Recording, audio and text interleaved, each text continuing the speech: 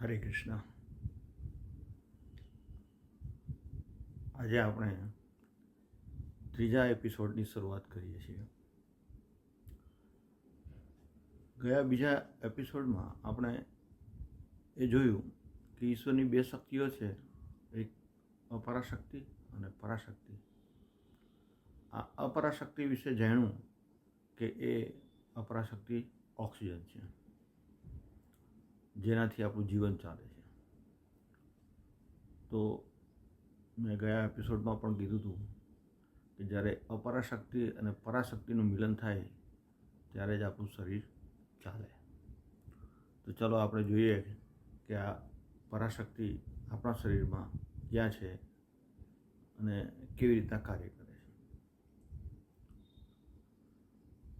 તો સૌ પ્રથમ આપણે તો એ જોઈએ કે આપણે જ્યારે શ્વાસોશ્વાસની અંદર ઓક્સિજન લઈએ છીએ ત્યારે એ આપણા શરીરની અંદર ઓક્સિજન જાય શું કાર્ય કરે છે અને કેવી રીતના કરે છે. તો સૌ પ્રથમ તો જ્યારે આપણા શરીરમાં ઓક્સિજન જાય છે ત્યારે ઓક્સિજનનું ઇલેક્ટ્રોન સાથે રિએક્શન થાય છે અને ઓક્સિજન એનાયન બનાવે છે. ઉપરાંત ફ્રી રેડિકલ્સ બનાવે છે અને પાણીની હાજરીથી હાઇડ્રોક્સિલ ફ્રી રેડિકલ પણ બનાવે છે અને પેરોક્સાઇડ બનાવે છે. તો ઓક્સિજન આપણા શરીરની અંદર જ્યારે જાય ત્યારે ઇલેક્ટ્રોનની હાજરીમાં ઇલેક્ટ્રોન સાથે રિએક્ટ કરી એ 5 કમ્પોનન્ટ્સ બનાવે છે. આમનું શું કાર્ય છે 5 કમ્પોનન્ટનું? તો જે કંઈ પણ આપણે ખોરાક લઈએ એને ડિકમ્પોઝ કરવા માટે આ 5 કમ્પોનન્ટ જરૂરી છે. એક પ્રકારનું ઓર્ગેનિક રિએક્શન છે. કોઈ પણ કાર્બનિક પદાર્થ જ્યારે આ 5 કમ્પોનન્ટ સાથે રિએક્ટ કરે ત્યારે ડિકમ્પોઝ થાય અને final product carbon dioxide, water અને એનર્જી રિલીઝ થાય. આ સતત એક પ્રક્રિયા છે અને ક્રિયા મેટાબોલિઝમ સ્વરૂપની અંદર આપણા બોડીની અંદર ચાલુ જ હોય છે.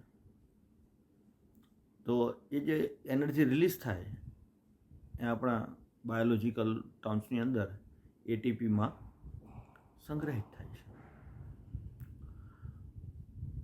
અને આ સંગ્રહિત એનર્જી એ આપણે એનો યુટિલાઇઝ કરીશું બોડીમાં. તો ઇલેક્ટ્રોન છે એ મેઇન પાર્ટ ભજાવે છે આ આપણા ઓક્સિજનને ડિસોસિએટ કરવા માટે, એમને 5 પીસીસમાં ટ્રાન્સફર કરવા માટે. એ 5 પીસીસ હાઈલી રિએક્ટિવ છે. એ હાઈલી રિએક્ટિવ કમ્પાઉન્ડ આપણે ફૂડ સાથે રિએક્ટ કરી અને એને ડિસોસિએટ કરે. તો આપણા શરીરની અંદર રહેલી આ પરાશક્તિ એ કશું નહીં પણ સાયન્સની દૃષ્ટિએ એ ઇલેક્ટ્રોન છે. મેં ત્યારે પણ કીધું હતું કે પરાશક્તિ આપણા હૃદયમાંથી નીકળે છે. તો આપણે જોઈએ કે હૃદયનું ફંક્શન શું છે. હૃદયનું ફંક્શન આપણે બ્લડને ટ્રાન્સફ્યુટ કરીને આખા બોડીની અંદર સર્ક્યુલેટ કરવાનું અને એને એક બીજું કાર્ય છે ઇલેક્ટ્રિકલ સિસ્ટમને કંટ્રોલ કરવાનું. તો ઇલેક્ટ્રિકલ સિસ્ટમ ક્યાં છે? આપણા હૃદયમાં. એ જ પરમ તત્વ છે જે આપણને જરૂરિયાત પ્રમાણે આપણા ઇલેક્ટ્રોન આપણા બોડીમાં મોકલે, ઓક્સિજન સાથે રિએક્ટ કરે. એ રિએક્ટ સ્પીસીસ આપણે 5 પીસીસમાં ટ્રાન્સફર કરે. એ 5 પીસીસ રિએક્ટ કરે આપણા ફૂડ સાથે અને એને ડિસોસિએટ કરે. ફરીથી એમાં એનર્જી રિલીઝ થાય. એ એનર્જી એટીપીમાં સંગ્રહિત થાય જે આપણા બોડીમાં સંગ્રહિત સ્વરૂપમાં રહે અને એમાંથી પણ ઇલેક્ટ્રોન જનરેટ થાય અને એ ઇલેક્ટ્રોન તે આપણા જેને આપણે સેન્સ કહીએ છીએ એ સેન્સના સ્વરૂપની અંદર આખા બોડીમાં બ્લડની સાથે બ્લડ વેસલની સાથે ફરે છે. ઇવન આપણા દરેક સેલ્સની અંદર જે પ્રોટીન હોય છે એ પ્રોટીન પણ ઇલેક્ટ્રોન ચેઇનને ટ્રાન્સફર કરવા માટે જ છે. તો આપણા શરીરની અંદર રહેલા ઇલેક્ટ્રોન એ જ ઈશ્વરની પરાશક્તિ છે અને એમનો કંટ્રોલર આપણું હૃદય છે.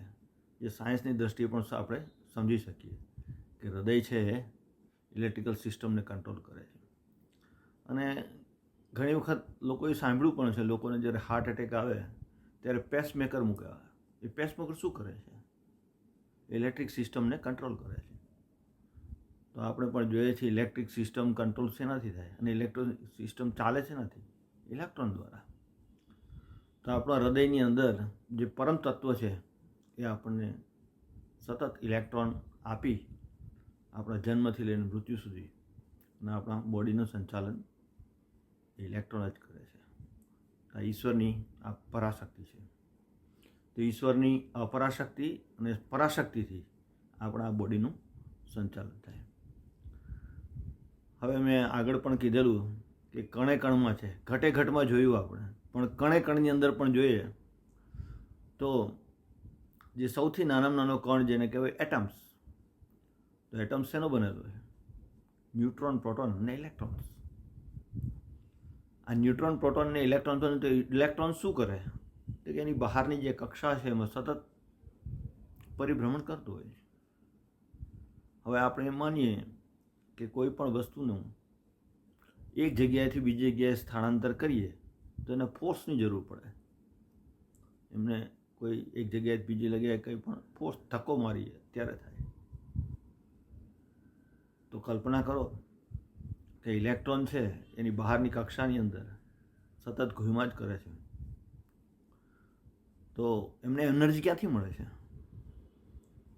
એ એનર્જી એના એટમ્સના ન્યુક્લિયસમાંથી.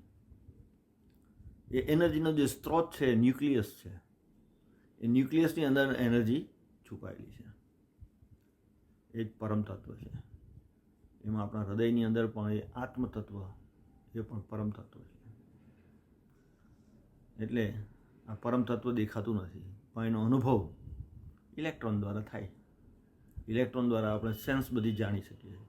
ઇલેક્ટ્રોન દ્વારા કમ્પાઉન્ડનું રિએક્શન કરીએ ત્યારે એમાંથી એનર્જી રિલીઝ થાય જોઈ શકીએ છીએ. ઇલેક્ટ્રોન દ્વારા આપણે ઇવન પરમાણુ બોમ્બને જે બનાવે છે ઇલેક્ટ્રોનની જ ગતિ છે. કોઈ પણ પદાર્થનું વિઘટન કરીએ કે ફ્યુઝન કરીએ તો એનર્જી રિલીઝ થાય. એનર્જી ઇલેક્ટ્રોનના ફોર્મમાં જ હોય. ઇવન આપણે ઇલેક્ટ્રોનને જો જોવા માગીએ, જોઈ તો ના શકાય, કોઈ જોવા માગીએ તો આપણે એક સાદું ઉદાહરણ લઈએ કે જ્યારે બે લોખંડને એક સાથે અથડાઈએ ત્યારે તણખા જરે છે તો જે એનર્જી રિલીઝ થાય છે એ ઇલેક્ટ્રોનની જ છે. ઉપરાંત આપણે જ્યારે એ પણ જોઈએ કે બે વીજળીના ગડગડાટ થાય છે એ પણ ઇલેક્ટ્રોન જ છે. જે bunch of energies, electrons, the millions and millions electrons જ્યારે એકઠા અને અથડાય ત્યારે એનર્જી રિલીઝ થાય. ઇલેક્ટ્રોન છૂટો પડે એમાંથી ત્યારે એનર્જી રિલીઝ થાય છે. તો આ દૃશ્યમાન જગતમાં તેમજ આપણા હૃદયપુંજમાં પણ ઇલેક્ટ્રોન જ ઈશ્વરની શક્તિ છે જેના દ્વારા આખું જગતનું સંચાલન થાય છે. તેમાંના જગતનું પણ સંચાલન થાય ને આપણું પણ સંચાલન થાય છે.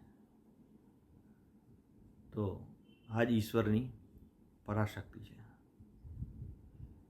હવે જે પરમ તત્વ છે જે ન્યુક્લિયસની અંદર છે, જે આપણા હૃદયની અંદર છે, એને જાણવા માટે શું કરવું જોઈએ એના આપણે શાસ્ત્રો અલગ અલગની પદ્ધતિઓ આપે છે અને આપણે યોગ્ય રાહ બતાવે છે. પરંતુ આપણે એ તો જાણ્યું કે એ ક્યાં છે, શું કરે છે અને કેવી રીતના એ કાર્ય કરે છે. હરે કૃષ્ણ.